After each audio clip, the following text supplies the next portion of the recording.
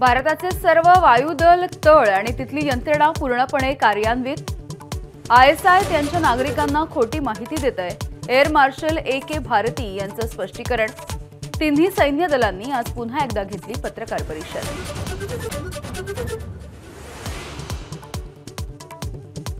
शस्त्रसंधीवरती भारत आणि पाकिस्तानच्या DGMOमध्ये संध्याकाळी 6 वाजता चर्चा।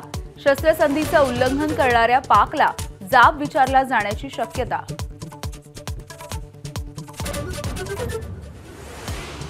उत्तर भारतामधल्या 32 विमानतळांवरून पुन्हा हवाई वाहतूक सुरू। भारत पाकिस्तान तणावाच्या नंतर बंद केले होते विमानतळ।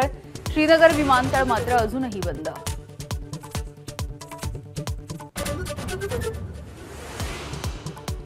भारताच्या दणक्यानंतर पाकिस्तान वटणीवर काल रात्री पाकिस्तानकडून सीमेवरती गोळीबार नाही।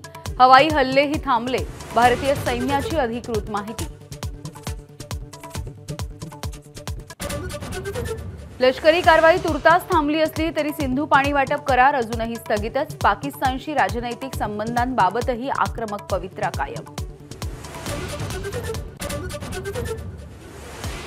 संसदेच्या विशेष अधिवेशनामध्ये संरक्षण विषयक चर्चेवरती मर्यादा। शरद पवारांची भूमिका विरोधी पक्ष काँग्रेससह ठाकरेंच्या शिवसेनेला मान्य होणार का याची उत्सुकता।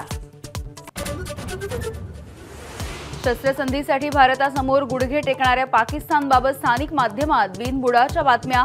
खोट्या विजयासाठी शहाबाज सरकारवरती स्तुतीसुमना। राज्य सरकारची संरक्षण दलांसह महत्त्वाची बैठक। गुप्तचर माहितीचं आदान-प्रदान, तंत्रज्ञानाच्या वापराविषयी चर्चा।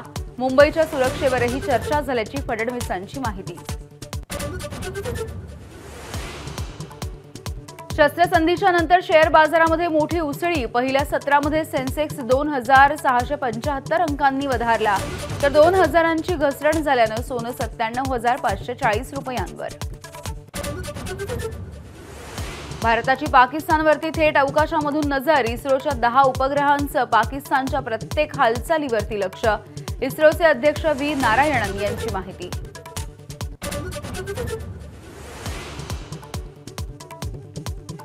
शत्रू राष्ट्रांवरती करडी नजर ठेवण्यासाठी भारत आणखी एक उपग्रह प्रक्षेपित करणार।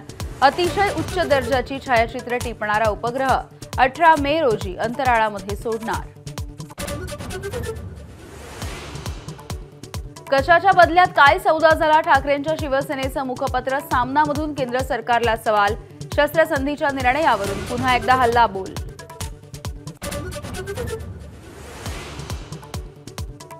मुख्यमंत्री देवेंद्र फडणवीस, ज्येष्ठ नेते शरद पवार आणि अजित पवार एकाच मंचावर। एरवी बंद दाराआड चर्चा करणाऱ्या काका पुतण्याचा मंचावरती मनमोकळा संवाद।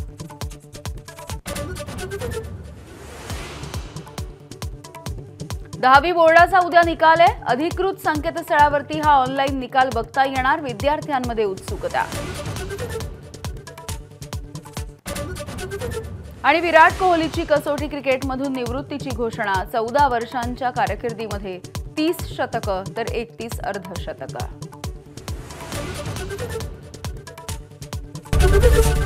ABP माझा, उघडा डोळे बघा नीट।